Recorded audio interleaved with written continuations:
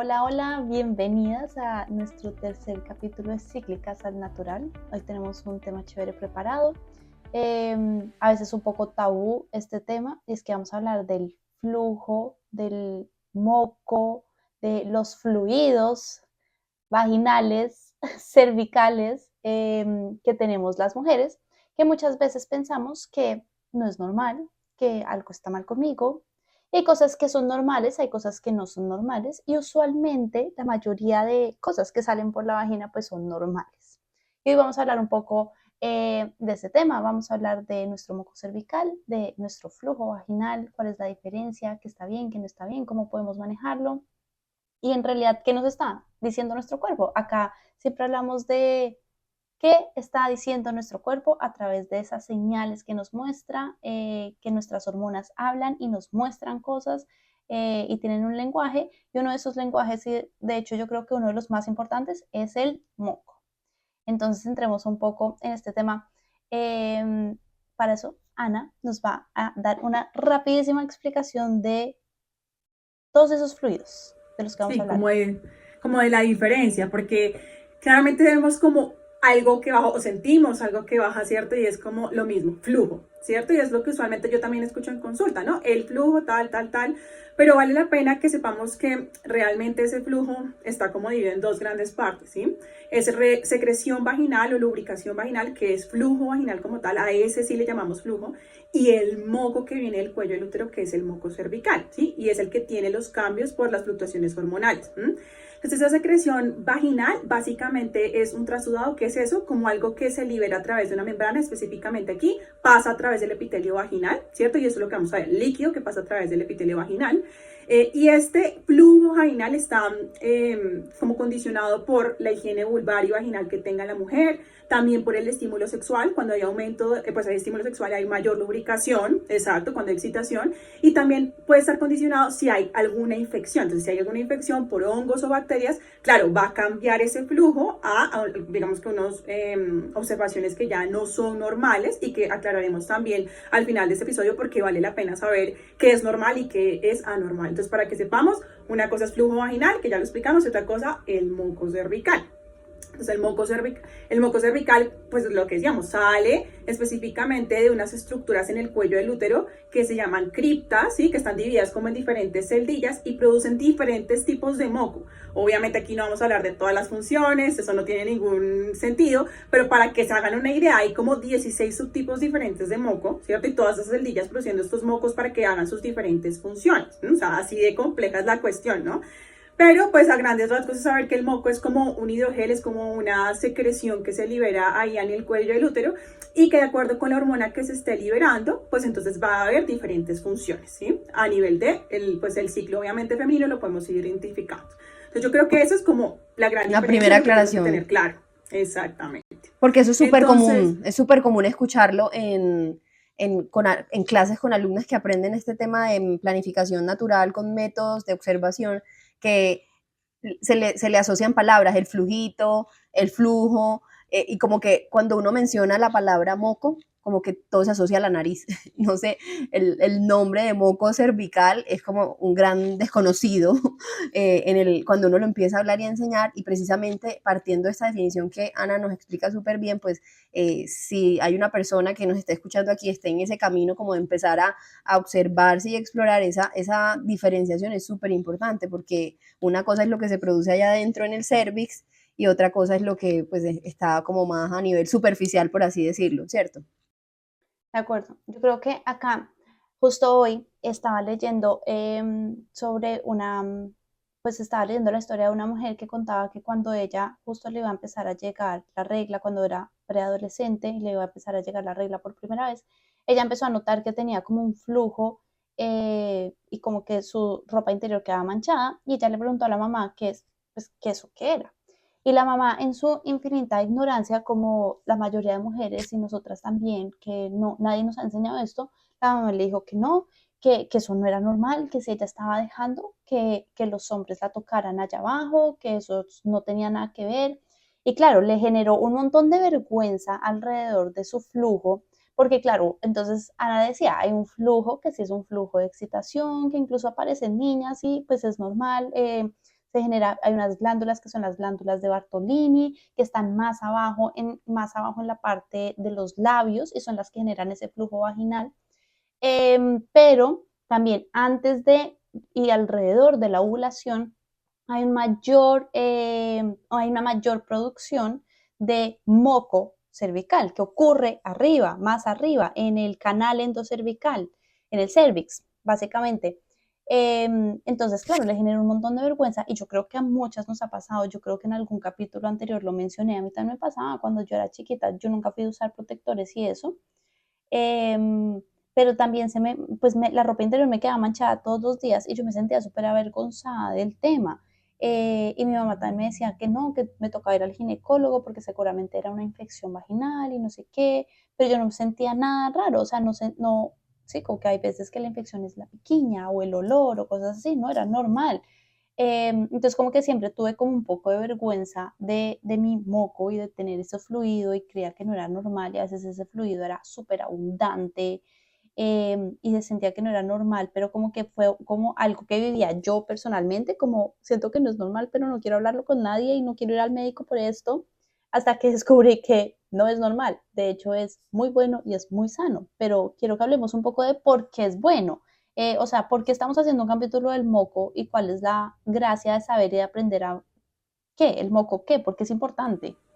Sí, de acuerdo. Pues yo creo que lo que debemos saber y es como también aceptar lo que está diciendo Nati, es una aceptación de nosotras mismas. Cuando nosotros entendemos que ese moco cervical fluctúa porque hay un ciclo ovárico normal, o sea, un ciclo menstrual normal, y eso, las que aún no han escuchado nuestro primer episodio, corran a escucharlo antes para que les quede más claro. Claro, en ese primer episodio nosotros decíamos, tiene que haber unos cambios hormonales, tiene que haber unos cambios en el ovario, ¿sí? Para que se dé todo el proceso de ovulación y el proceso posterior a la ovulación, ¿sí?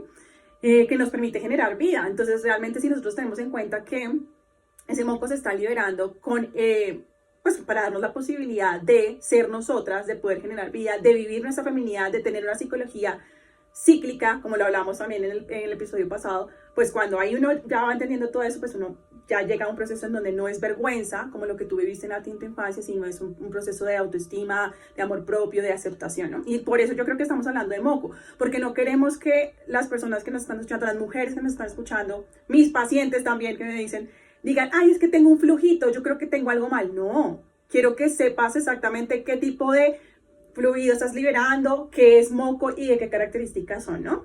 Entonces, pues yo creo que ahí empecemos como a hablar un poquito del moco en el reconocimiento de la fertilidad, ¿cierto? Que es como lo más importante de entender para saber qué es lo que está pasando en el ciclo, ¿no? Entonces, a ver que alrededor de la ovulación, pues se elevan los estrógenos, lo hablamos la vez pasada, y esos estrógenos van a hacer que el moco cambie completamente. Entonces el moco se vuelve un moco que es abundante, acuoso, transparente. Algunas mujeres lo ven elástico como clara de huevo. Vale la pena aclarar de una vez que no toda mujer va a ver todas estas características porque también se asustan cuando no ven todo lo que estamos nosotros nombrando acá. No, la idea del reconocimiento de la fertilidad también es conocer qué características del moco fértil puedes ver tú, de ese moco con estrógenos, ¿no? Y el moco, pues por progesterona, es completamente diferente, ¿no? Es como más escaso, opaco, blanco, amarillento, usualmente pues más blanquecino, más denso, más viscoso, ¿cierto? Y obviamente este se da lejos de la ovulación, en los periodos infértiles. Entonces, eso es la clave, como ver que efectivamente vas a estar variando y eso se repite de manera cíclica durante, digamos que todos los días de tu vida, y por eso es que tú vas a ver momentos de más fluido y momentos de menos fluido. Entonces es normal que a veces te sientas mojada, es normal que a veces te sientas que estás manchada, es normal que a veces tengas que cambiarte de interior, que eso me lo dicen muchas. Es que es tanto, doctora, que me tengo que cambiar de interior. Sí, está muy bien, eso es lo que decía Nati ahorita. Está muy bien, quiere decir que estás teniendo unos muy buenos niveles de estrógenos y que muy probablemente vas a tener una muy buena ovulación en ese ciclo, ¿sí? Yo ahí tengo una pregunta para Ana de eso, sí. porque pasa mucho y es común escucharle a mujeres que hay unas que tienen patrones diferentes de esa humedad, es decir, hay normalidad en ver el moco, pero no todas vemos siempre esa abundancia de moco, a pesar de estar sanas también. O sea, no quiere decir que si no veo abundancia, como Ana lo está diciendo, porque nuestros estrógenos están trabajando normalmente, pues estoy mal, sino en qué diferencia y por qué de pronto hay patrones de mujeres que ven un poco más de humedad, se sienten más húmedas cerca del momento de ovulación y otras que a pesar de verlo, ven clara de huevo incluso, no se sienten tan húmedas, por ejemplo. Bueno, Sí, ahí hay varias cosas. Una es la fertilidad inherente de la mujer, claro que esto viene, digamos que es el componente genético y demás, pero también la edad. La edad es vital ahí, sobre todo las mujeres ya en la transición a la menopausia, perimenopausia que hablamos, van a empezar a sentir igual, ¿cierto? Pero a ver menos. Y eso es algo, digamos que vital para las mujeres que están en esta etapa que nos están escuchando. A veces es necesario ya agudizar un poquito más la búsqueda cuando están llevando un método de reconocimiento de la fertilidad, por eso, porque ya no van a ver casi, pero siguen teniendo la sensación de resbalosidad, de mojado. Entonces, clave la edad ahí también y los otros factores. Entonces, estilo de vida. Dependiendo de nuestro ejercicio, nuestro sueño, nuestra alimentación, nuestra hidratación. Esto es líquido, es fluido. Si yo no estoy hidratada, yo no voy a ver la misma cantidad. Claro, exactamente. Entonces, nuestra hidratación y también aquí como clave, yo creo que el estrés. O sea, el estrés, lo que hablábamos la vez pasada también, puede generar como un retraso de la ovulación y muchas veces entonces no alcanzamos niveles de estrógenos tan rápidamente o como los alcanzaríamos en otro ciclo. Y aunque no estamos con una enfermedad ni mucho menos, pues no vamos a ver el flujo tan abundante, acoso, transparente como en un ciclo donde no haya estrés. O sea, el estrés también puede generar, digamos que estas alteraciones. Total. Claro, porque Entonces, como es la señal tangible que están ocurriendo cosas en nuestro cuerpo internas que no podemos ver, pero sí podemos evidenciar. Entonces es como, si hay estrés, se atrasa y también se atrasa ese proceso evolutivo del moco. O sea, yo sí me acuerdo total cuando yo era adolescente y cuando estaban mis primeros descubrimientos del moco, yo sí, pues me acuerdo de ver un montón, ¿sí? O sea, me acuerdo como de estar en la ducha, no sé qué, y limpiar la zona y de pronto, ¿qué es todo esto? Y hoy en día que ya tengo 30 y pico, ya, o sea, todavía hay clara de huevo, bendito Dios, pero pues, o sea, es radicalmente diferente y las señales como de fertilidad son radicalmente diferentes. Entonces, claramente sí, a medida que vamos creciendo, pues sí hay un decrecimiento de nuestra fertilidad y de esas señales de fertilidad de nuestro cuerpo. Hay algo que yo quiero decir y sé que no vamos a entrar en detalle de todas las funciones que tiene el moco, pero sí quiero entender el valor y por qué es importante cuando las mujeres están aprendiendo a reconocer su fertilidad, por qué el moco es tan importante. Y es que básicamente el moco es lo que permite o no la entrada de espermatozoides al cuerpo. Entonces, si uno aprende a leer el moco, uno va a saber cuál es esa ventana de fertilidad y si ese moco está diciendo, hey, entren, que hay un óvulo por ser fecundado, o está diciendo, no, acá nadie entra. Y yo me acuerdo cuando hice mi entrenamiento de Creighton, hay una imagen que es muy impresionante de cómo se ve, de los estudios que hay del moco, porque todo esto es científico, médico, de los estudios que hay del moco a lo largo del ciclo. Entonces comparan cómo se ve el moco en un microscopio cuando el estrógeno está bajito, a cuando va subiendo el estrógeno, a la progesterona, cómo cambian las características del moco.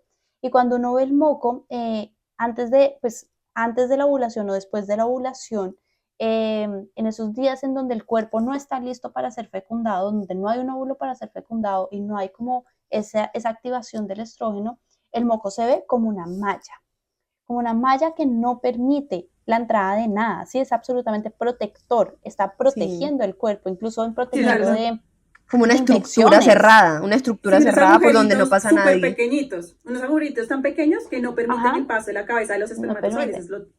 Y cuando se empieza a activar la fertilidad de la mujer, cuando empieza a activarse esa ventana fértil y esos días de fertilidad pre-ovulación o durante la ovulación, ese moco cambia sus características y aparecen unos canales. O sea, literalmente crea carreteras, autopistas para que los espermatozoides transiten. Entonces eso es impresionante. Esa es la razón por la que uno aprende a revisar el moco y entiende cuál es el valor del moco, porque es que el moco además aporta nutrientes a los espermatozoides, escoge los mejores, los que son defectuosos los filtra. O sea, el moco es impresionante. Y esa es la razón por la que uno aprende, porque con ese conocimiento, si yo aprendo a identificar cuáles son las características de activación del estrógeno, es decir, lo voy a poner en términos coloquiales que no son exactamente adecuados, pero cuál es ese moco que es un poco más fértil y que está respondiendo, que tiene esos canales. Si yo aprendo a identificar eso, voy a poder usar esa información para lograr un embarazo de pronto de una forma más rápida si lo estoy buscando, o evitar un embarazo en los momentos en los que no estoy buscando quedar embarazada. Esa es básicamente, y la mayoría por no decir el 100% de los métodos de planificación natural, de reconocimiento de la fertilidad, hacen uso del moco como el síntoma principal. Hay otros síntomas que uno puede revisar, que es la doble comprobación y otros temas, pero el moco es el mayor lenguaje que tienen nuestras hormonas para indicar qué días somos fértiles o no. Hay otra cosa de esas funciones, Nati, que me parece súper bonita también, como en lo que estamos hablando, y es ese cambio que tiene el moco después del momento ovulatorio, como lo mencionas, que tiene la estructura más densa, como de bloqueo, que no solamente es para bloquear que pase de espermatozoide, sino como que cubre, protege y genera esa barrera como protectora, porque el moco no sabe si ya ocurrió un embarazo o no, pero está diciendo, si hay aquí un bebé, lo voy a proteger. O sea, el cuerpo tan sabio también se prepara, también produce ese tapón para decir, no me pasa más nadie, porque si aquí hay un bebé, lo voy a proteger. Entonces me parece también ese lenguaje. Incluso en el embarazo, ese tapón mucoso es súper importante. Sí, es un moco incluso más fuerte, más digamos denso. más denso que el normal que vemos en el ciclo, por lo mismo, porque está protegiendo para que no haya infecciones intramnióticas, está protegiendo la vida. O sea, pero les digo, todo es para la posibilidad de generar vida. Y por eso analizar muy lindo esto de la feminidad, que es esa posibilidad, obviamente seamos madres biológicas o no, pero esa posibilidad como de acompañar, acoger, o sea, nuestro cuerpo, todo, el moco dice que también es parte de lo que somos nosotros desde la parte femenina. Entonces, qué belleza poderlo ver hasta leerlo en nuestro cuerpo. Hasta ese punto, total. Sí, hay dos cosas como para recomendar a quienes nos están escuchando que me han servido mucho, tanto a mí para aprender como para educarlo, y son dos páginas que he encontrado. Una se llama beautifulcervix.org y te muestran en fotos, y ahí es donde uno puede entender como le toca a Ana, porque a uno le toca como un mortal, pero Ana después lo ve, pero uno ver como, digamos, como si estuviera viendo una citología y ver en los momentos de evolución, de producción de ese moco, y entender realmente todo esto que estamos hablando, dónde están las criptas, dónde es que se produce, para decir, sí, o sea, esto no es un invento ni de Nati, ni de Ana, ni de Ángela, no, es que ocurre. Y hay otra que se llama cervicalmucus.org, fotos de cuánto moco hay, por si también quieren ir a explorar, porque a veces se necesita la parte gráfica. Aquí, pues, si nos están escuchando o viendo, pues no se logra, pues, evidenciar tangiblemente, pero hay veces que estos tipos de recursos también pueden ayudar si están en ese proceso de exploración y de investigación para empezar a entender mejor el moco cervical. Y yo acá quiero hacer un disclaimer antes de que entremos a un poquito más el tema de, bueno, ¿qué pasa cuando ese moco me está diciendo que algo de pronto no está bien? Pero antes de eso es, a pesar, o sea, cuando uno está aprendiendo a identificar el moco, siempre es muy importante trabajar con una instructora, porque el moco puede ser muy confuso. En algunas situaciones particularmente es aún más confuso, en el posparto es súper confuso, en mujeres que tienen patrones de moco diferentes, ciclos secos, etcétera, es confuso. Entonces uno puede decir, no, es que sí, usualmente cuando entre más lubricada te sientes, esa sensación de que algo cae, que te sientes súper mojada, que el moco es elástico, pues sí, eso es un pico de fertilidad. Sí, pero no vengan a decir, no, es que yo aprendí en el podcast de Cíclicas que entonces hoy no me siento, sí, hoy no si me estoy siento elástico así, ya, solamente ese día. entonces hoy no voy a quedar embarazada. No, eso no funciona así. Hay que entender todo el mecanismo, todo el ciclo, cómo funciona, y unas reglas muy particulares y unos protocolos muy particulares para usar esta información para evitar quedar en embarazo. Para lograrlo es un poquito más fácil lo que uno debe aprender, pero aún así es importante aprenderlo todo. Entonces acá no estamos tratando de dar conocimiento para que ustedes digan, ay, yo ya aprendí a planificar naturalmente en el podcast. No, es imposible realmente aprender a hacerlo escuchando 20 minutos, media hora. Hay muchas cosas que cubrir con el tema del moco para aprender a identificar incluso nuestros propios patrones. Sí, y después de anticonceptivos también, por ejemplo, eso iba a desde decir, posparto, todo eso, claro, muchas mujeres vienen después de anticonceptivos a pues iniciar este reconocimiento de la fertilidad, que claro que se puede hacer aquí, bueno, voto la alerta, se puede, perfectamente se puede, pero es duro, pero es difícil, sí. Es retador, yo le llamo retador, es retador. Sí, un acompañamiento. Se puede, pero... Sí, requiere un acompañamiento uno a uno para empezar a ver lo que dicen a ti, empezar a ver esto poco a poco, porque puede que al principio no lo veas y es normal después de anticonceptivos, y eso es súper importante, como tener claro eso y saber que no vamos a ver lo mismo. Y a mí me parece importante aclararles por qué, o sea, desde el punto de vista de mecanismo de acción, qué es lo que está ocurriendo con la anticoncepción para que no veamos los cambios de moco que hemos venido hablando ahorita. Lo que pasa es que tanto los anticonceptivos combinados, que son los más usados, o sea, los que tienen un estrógeno y una progestina, como los simples, que solo tienen progestina, tienen un efecto a nivel del moco cervical. Y lo que hacen es que, sobre todo, se produzca moco de tipo G, que es el que hablamos que es infértil, ¿cierto? El bloqueador, y mucho menos moco del tipo E, que es el que hablamos que es más fértil. Entonces, las criptas que están organizadas para producir diferentes tipos de moco, las que producen sobre todo moco fértil se atrofian, o sea, se destruyen, dejan de producir ese moco y estas otras empiezan a crecer y son las dominantes, las de moco infértil. Eso es lo que ocurre durante el tiempo que se esté utilizando el anticonceptivo que sea, ¿sí? Entonces es muy importante porque eso quiere decir que van a ver sobre todo un moco fértil. Ahora, además... No, moco infértil, moco infértil. Infértil, perdón. Sí. Las que usan además el combinado, que es estrógeno con progestina, eso inhibe la ovulación. Entonces, ahí sí que mucho menos, ¿cierto? Y yo creo que por eso hay variabilidad en la forma de observar el moco dependiendo del tipo de anticonceptivo, porque hay mujeres que usan, por ejemplo, solamente el simple, no están inhibiendo la ovulación, entonces puede que alguna vez vean algo de moco fértil, pero predominará siempre el moco infértil, como lo hablamos al principio, mientras que la que usa el combinado que inhibe la ovulación es muy poco probable que ella vea algún tipo de moco fértil durante todo el tiempo que esté utilizando los anticonceptivos. Entonces, clave eso. Y esto a mí me parece importante tenerlo en cuenta porque, bueno, alguna dirá, bueno, pero lo suspendemos y ya. Puede que muchas cosas retornen más rápidamente, la ovulación y otro tipo, digamos, que de observaciones que podemos ver. La temperatura también rápidamente se puede identificar con el sintotérmico, pero el moco, ¿sí? Puede demorar años en restablecerse. Años. Eso pasa. Del tipo de mujer. Incluso ahí tengo una pregunta para Ana también, sí, porque me pasa, todo esto es como de la experiencia vivida y lo veo como, o con mujeres que vienen de anticoncepción, por ejemplo, con pastillas, como las estás explicando, que toman las pastillas, pero también veo que aún más difícil, y lo he visto como en varios casos, cuando tienen dispositivos intrauterinos. Yo no sé, yo tengo como en mi mente que al retiro del dispositivo también se ven afectados de pronto, esto es más pregunta para resolver, se pueden ver afectados como esas criptas o ese cuello del útero al retiro de un dispositivo intrauterino que adicionalmente a todo lo que ya nos acabas de explicar del efecto hormonal que hay en esas criptas, a nivel físico también puede afectarlos, porque también he visto eso, que las que vienen de Mirena y de, bueno, marcas, etcétera, de dispositivos intrauterinos, pues también es como mucho más difícil y retador el tema de la interpretación del moco. Aquí lo que pasa es que digamos que no tengo certeza de si hay alguna evidencia, sería bueno ponernos a estudiar en ese sentido, ¿no? De si cuando retiramos el dispositivo, el trauma que genera puede generar alteración de las criptas, pensaría yo que es una teoría viable. Pero lo que sí está demostrado es que los dispositivos intrauterinos, independientemente de que sean hormonales o no, porque ustedes dirán, bueno, pero si no es hormonal, por ejemplo, la famosa T de cobre, ¿cierto? Entonces... sí, o de lo que sea, pues entonces esa no genera las alteraciones hormonales que mencioné previamente. Pero lo que pasa es que siendo un dispositivo que está dentro del útero, lo que sí se ha demostrado es que ella genera que haya como una comunicación constante, ese dispositivo, entre la cavidad y la flora vaginal. Acuérdense que dijimos que eso no debería ocurrir. De hecho, el tapón de moco protege de eso.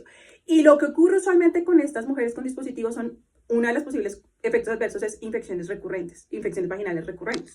Entonces, ¿qué pasa? Muchas de ellas, sí, eso es lo típico. Entonces, ¿qué pasa? Muchas de ellas dicen, es que no puedo reconocer bien el moco. Claro, pero es que muchas veces ese flujo vaginal, recuerden, el primero, ¿cierto? Está alterado y no les permite ver las fluctuaciones de moco. Acuérdense que son cosas diferentes, pero que la mujer no va a decir, esta partecita es moco y esta partecita es flujo. No, ella ve todo y claro, tiene que interpretar, ¿sí? Entonces, claramente eso es lo que pasa. Al alterarse el flujo, que es lo que sí va pues tener una mayor riesgo de tener infecciones y demás, pues puede alterar las observaciones del moco. Entonces yo pensaría que es más en ese sentido que algunas mujeres con dispositivos pues pueden ver alteraciones en el reconocimiento de la fertilidad, así no sea hormonal, por ejemplo, este caso final. Hablemos un poco entonces cuando las cosas no son normales y cuando no está, sí, cuáles son esas señales de nuestro moco que tenemos que pararle bolas para saber cuándo necesitamos ayuda médica e incluso de algún medicamento. De acuerdo. Entonces yo creo que lo primero, digamos un poquito como las características entonces de lo que tú vas a observar, ¿cierto? Sabemos que ahí hay flujo, sabemos que hay moco, pero entonces lo que tú vas a observar usualmente es en cantidad escasa o moderada, ¿cierto? Abundante tal vez solamente en alrededor de la ovulación, ¿cierto? Lo que vas a observar puede ser, ya dijimos, blanquecino o amarillento o transparente, usualmente no otra coloración, o sea, por eso hago el recalco porque ahorita vamos a hablar de otras cosas. Y digamos que no tienes por qué tener ninguna sintomatología, es decir, no tiene que haber ningún tipo de dolor o rasquiña ni nada, no sientes nada, sino las sensaciones de mojada, seca o de resbalosa. Ya. ¿Qué pasa con las infecciones? Existen dos grandes tipos de infecciones, las infecciones por hongos y las infecciones por bacterias. Las infecciones por hongos se dan sobre todo por un hongo que se llama Candida, ¿listo? El más común en el 90% de los casos es Candida albicans, es como una especie de las cándidas, es la más común. Y entonces, ¿qué es lo que vamos a ver? Esta mujer ve usualmente en cantidad moderada a abundante el flujo que está observando. Lo describimos como de leche cortada, grumoso, o algunos lo escriben como queso cottage. Me disculpo nuevamente por la forma tan pero así es. burda, pero es que así lo vemos. Son grumos blancos. Y es como más fácil de entender. Crema. Cuando uno la escucha, uno dice, ah, no, ya sé cómo es, ¿no? Usualmente blanquecino o blanquecino amarillento, y la mujer tiene muchos síntomas cuando es por hongos. Entonces tiene síntomas como rasquiña, como escozor, como ardor, inflamación, incluso la vulva se puede ver roja, que le llamamos con eritema, se inflama, ¿cierto? Porque es, digamos que muy fuerte la infección. Usualmente aquí vamos a ver un pH que es más bajo, y porque les voy a hablar de esto del pH, ustedes dirán, esto está muy médico, ¿no?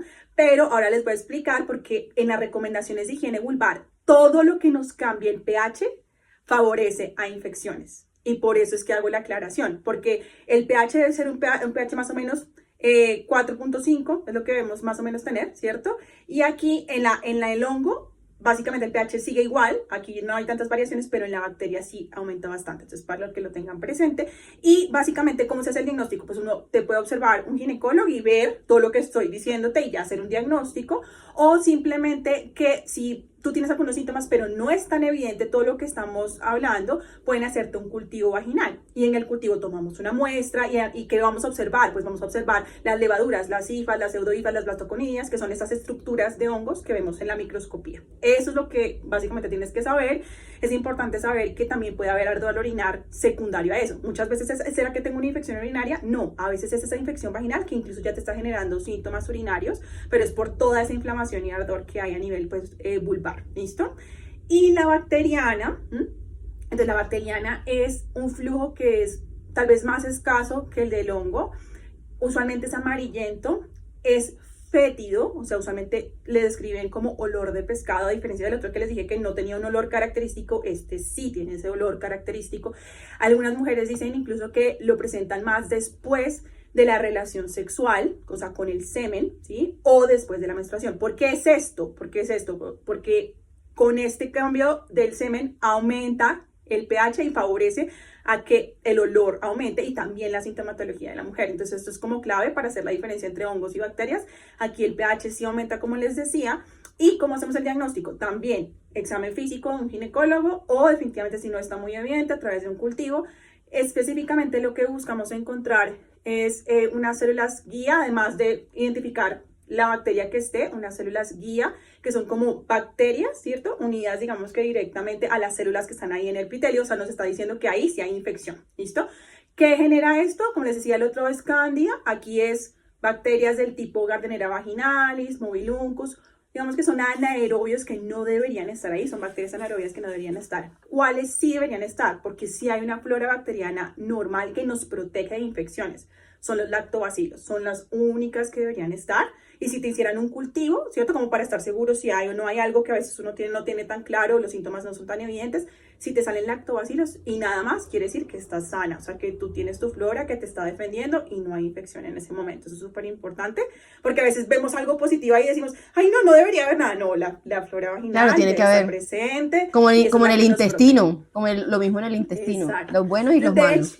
Sí, de hecho se dice que esto, como que la vaginosis bacteriana es como una disbiosis, o sea, como que disminuyen los lactobacilos y aumentan demasiado los anaerobios que no deberían estar, cuando deberían ser los lactobacilos los que predominen y para que puedan eliminar todas estas bacterias que nunca deberían estar ahí y pues no generar este tipo de infecciones. Entonces miren que definitivamente es muy diferente lo que debemos observar a todo lo que hemos analizado ahorita de infecciones. Entonces es demasiado distinto, ¿sí? O sea, es algo que definitivamente sí genera disconfort, que no es normal, que altera la calidad de vida y que obviamente, como decía ahorita Nati, hay que dar tratamiento y por eso les decimos que si esto ocurre, consultar, ¿sí? Porque hay que dar o antimicótico para el hongo o pues antibiótico para la bacteria, ¿viste? Entonces Sí. es importantísimo. O sea, yo en mi cabeza siempre lo he tenido así, como pequeña, mucha rasquiña, porque hubo una época en mi vida que sí tenía muchas como infecciones, entonces pequeña, mucha rasquiña, hongos, e incluso muchas veces ni siquiera me tocaba ir a donde mi ginecólogo, sino era,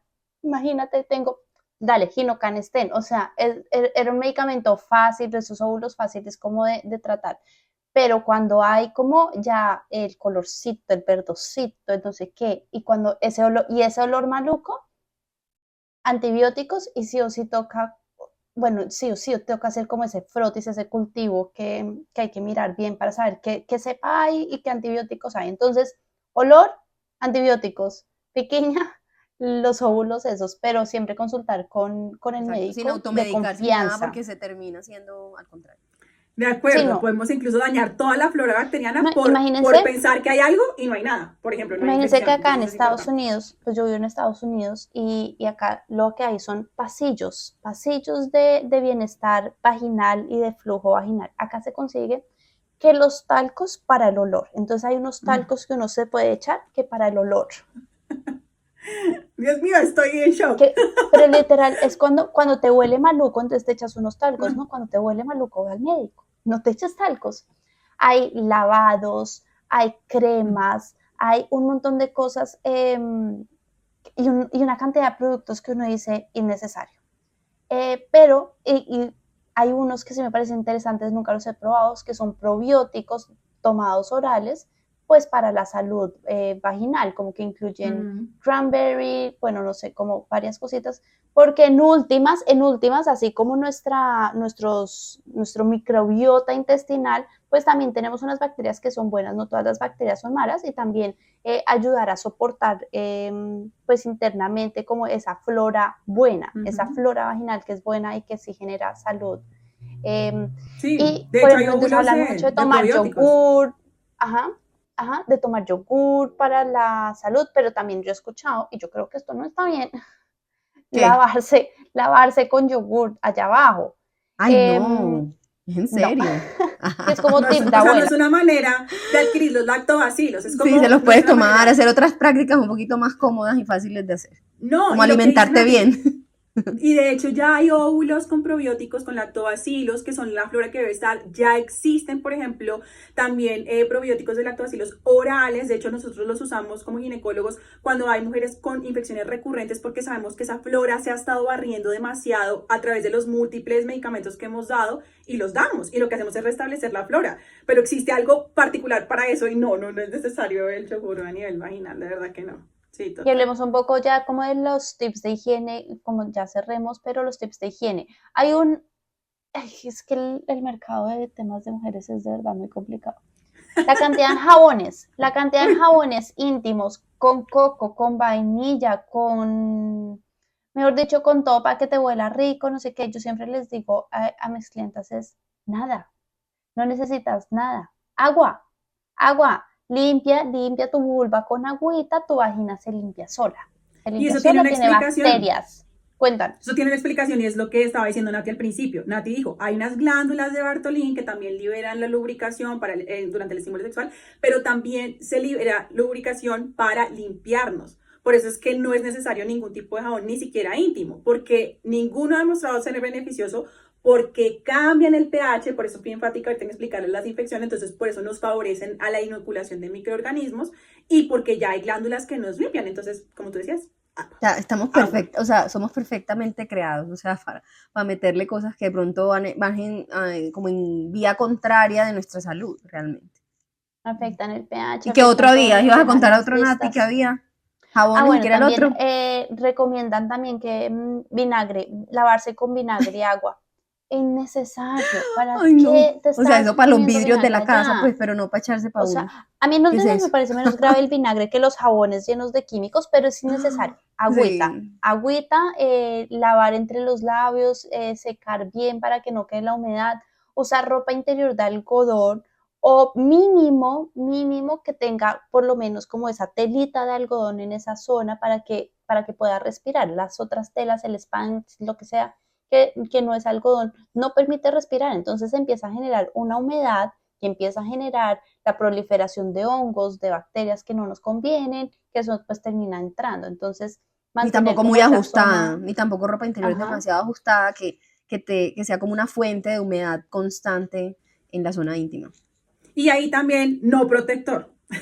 Ah, también, ese Ahí otro. va, ya que estaban hablando de eso, de la humedad, pues el protector es exactamente lo mismo. Y ahí hay un tip clave. Muchos pacientes me dicen, es que me siento muy húmeda, me siento muy mojada y por eso me pongo el protector. Sorpresa, el protector aumenta la humedad. uh-huh. Aumenta la Entonces, bueno, sudoración, entonces lo que hacen es entonces, que se lo cambian y se lo cambian, pues cámbiate la ropa Eso te interior iba a mejor. decir, eso te iba a decir, que iba a preguntar incluso y también me dicen como, no, yo me la cambio súper frecuente, o sea, si no, cada pero es hora que me lo lo que tengo que pasa es cambiar. que igual estás aumentando por el que aumenta la sudoración. Mira, cuando una mujer deja de usar protectores por 2 semanas, eso es lo que está demostrado, Ujú. inmediatamente la cantidad de flujo disminuye. Uh-huh. Inmediatamente. Es O que sea, tengo un no es montón que de tú lo estás flujo, aumentando. pues estás Ok, usando Sí, protectores, por eso tienes un montón. exacto. ¿Sí? ok, Entonces, eso es lo que está pasando. Entonces, protectores, no. exacto. ¿Listo? Y ahí también no rasurado ni depilación con cera. Yo sé que también vivimos en una cultura en donde ahora entre más limpia mejor, si menos pelos mejor, ¿cierto? Pero es Ujú. importantísimo también ir como a la natural y a la anatomía como es. ¿Sí? Esos vellos están ahí por una razón. Y una razón es la protección de microorganismos para que no nos den infecciones como las que mencionábamos previamente. Entonces tampoco estoy diciendo déjense eso para que no lo puedan, mejor dicho, súper O sea, largo. solo No, no no, estamos solo diciendo. no el brasilero, el Esa dejar un poquitico ahí. es cortar Ujú. con tijera sin lesionar la piel. Esa es la clave. Lo pueden dejar corto, pero sin lesionar la piel, con tijera, idealmente unas tijeras que sean solo para ese propósito, sin rasurar, porque la rasuradora al pasar genera microabrasiones que tú no ves, o sea, tú no es que te veas que estás cortada, pero ahí, por ahí se Ujú. vinculan los microorganismos.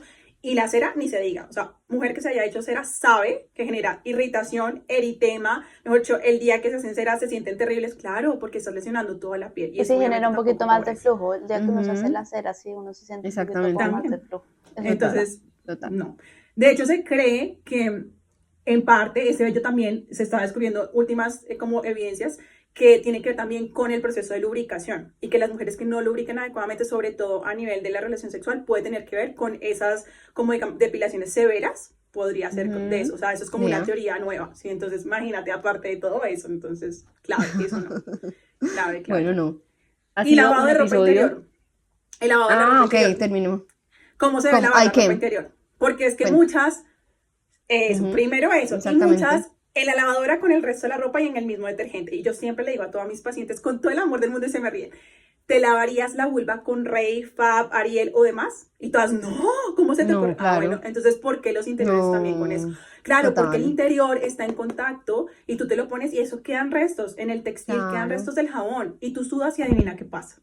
Todo ese jabón queda Se directamente queda en la ahí. vulva. A mí, o sea, eso sí, Entonces, yo creo que me lo enseñaron desde chiquita. O sea, lo lavo sí. yo y lo lavo con jabón suave.